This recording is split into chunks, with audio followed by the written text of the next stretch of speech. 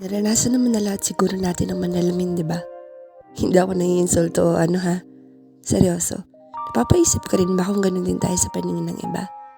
Kung hindi naman, wala kang pake, di mas maganda. Ako napagtanto ko lang na ang dami palang lente ang nakatutok sa atin.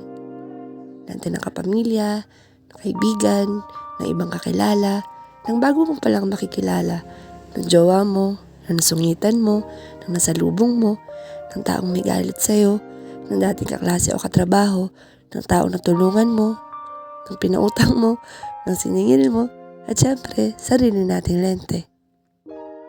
Hindi lingid sa ating honesty is the best policy, pero ang hirap pala maging tapat at prangka sa sarili.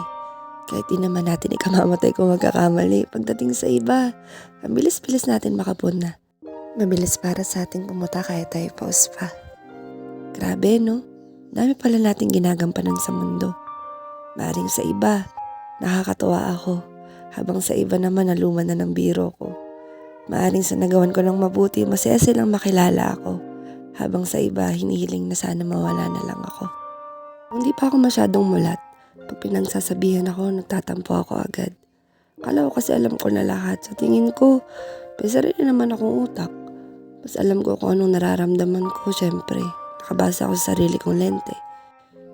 Lumaki akong takot magkamali, hindi dahil gusto ko laging maging tama, kundi ayoko makadismaya. Hindi pala dapat ganun. Kahit ang daming halang dito sa mundo, may mga tao pa rin totoo. Malawak pala ang mundo, hindi lang pala dapat sarili kong lente ang ginagamit ko. Oo, sige, may dahilan lahat ng nangyayari, pero sana maisip mo rin hindi naman palaging aayon sa'yo. Hindi porke nakaalitan mo noon, mali na siya. Hindi porke sa tingin mong mas mahirap ang sitwasyon mo, ikaw na ang bida. Ang aral sa tulang to, huwag lang puro sarili nating lente. Sa kagustuhan nating huwag makasakit yun ang nangyayari. Kailangan din nating gumamit ng lente ng pagpapakumbaba, pangunawa, pagkalinga, malasakit at pagpapatawad. Maging bukas sa posibilidad at realidad. Kung habang pinapakinggan mo to at napapaisip ka, diretso lang tingin, baka maligaw ka pa. Ang mga nagdaay di na maibabalik pa. Kung habang pinapakinggan mo to at napapaisip ka, nandiyan ang bukas para tanggapin ka. Ang pagbabago ay isang proseso. Kung mag-uumpisa ka ngayon, tsak na mas ka na sa susunod na linggo. Mas maunawain, mas hindi na makasarili, mas mapagpatawad, mas wais, mas may kamalayan, mas mapagkumbaba, mas bukas, mas mulat. Simulan lang sa simpleng pagtanggap.